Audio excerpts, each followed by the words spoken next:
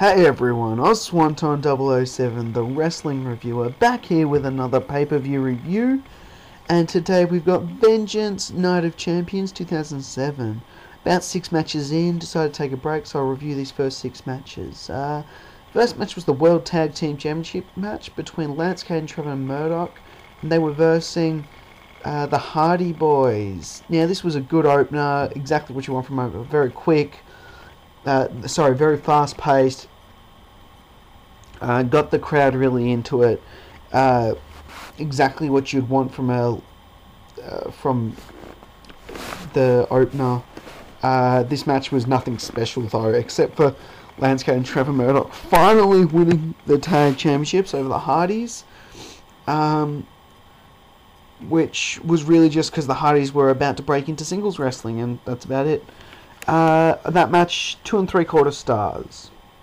Next, we've got the Cruiserweight Championship match between Chavo, Guerrero and Jimmy Wang.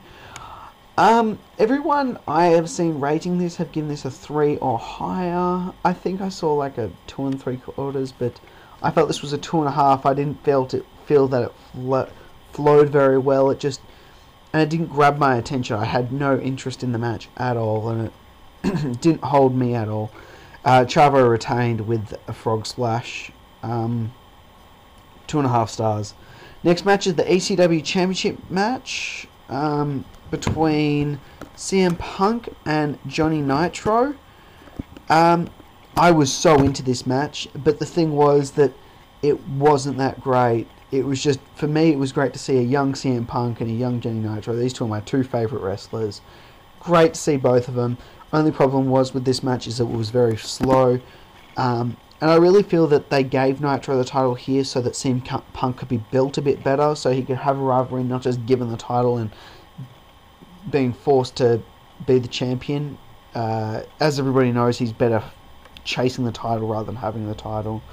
Johnny Nitro won with a Moonlight Drive. In really not a bad match, but it was very slow. Lots of holds. Crowds weren't into it. 2 stars. Sorry, can't wait for that match to be shown later. Next, you got the Intercontinental Championship match between Santino, Marella, and Umaga. Not much to it. A dud. Umaga got disqualified. Nothing special. Next, you've got the United States Championship match between MVP and Ric Flair. This was alright. It was pretty good wrestling. Wasn't given enough time, mainly because there's so many matches on this card. But it was what it was, and it wasn't all that bad. I've given it 2 1/4 stars. MVP retained after poking Ric Flair in the eyes and doing the Playmaker. Then we've got the WWE Tag Championship match with Deuce and Domino versus Jimmy Snuka and Sergeant Slaughter. Very slow, very sluggish, nothing good to it at all. Only good thing about it was Cherry, who had rock hard nipples the whole time. But that was about it. It was just very slow, lots of botches, nothing great to it. 1 star. Deuce and Domino retain. So that's the first 6 matches. The next 3 matches are coming up. So the first main event of the night is Edge vs Batista in a last chance match for the World Heavyweight Championship. I really felt that this rivalry should have ended the last pay-per-view. Edge won clean in a steel cage match. And nothing really happened after the match. Edge should have left their champion and gone on to face somebody else. Batista should have moved on. But they went on, did this pay-per-view, and they really had no ideas for it. Edge got disqualified and ran out with the title. But then T-Long sent him back and said, do it cleanly. And then Batista ends up getting counted out, which was really just a shit end for a World Heavyweight Championship match. It's Batista's last chance match. It just baffles me how this could be the last match to a rivalry. It's just, I can't explain it. 2 3/4 stars, nothing special.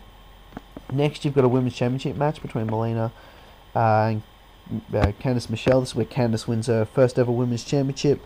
Half star, really nothing special. Very boring and slow, and yeah. Next, you've got a 5-way no disqualification match for the WWE Championship. Now this was actually, I was hoping for for a really good match when I was younger, and I saw this, I was like, yeah, that would be good. But it was alright. I mean, it was 3.25 stars, you know, nothing that special. It was good to see Mick Foley wrestle again, but they only gave this 11 minutes, which really brought it down. If they had given this 20, they could have done a lot more with it. Taken some time off of something earlier in the night, because that was just taking some time off of the Edge Batista match. I mean, seriously, not have that extra bullshit afterwards and just put onto that match, because that would have been a lot better if it had been given more than 10 minutes. John Cena wins, retains, you know, the usual. 3.25 stars. That was a really disappointing main event for me. Overall, the Vengeance pay-per-view, what was I going to give it? I'm going to give it a 5. Oh, no, 5.5. I'm going to give it a...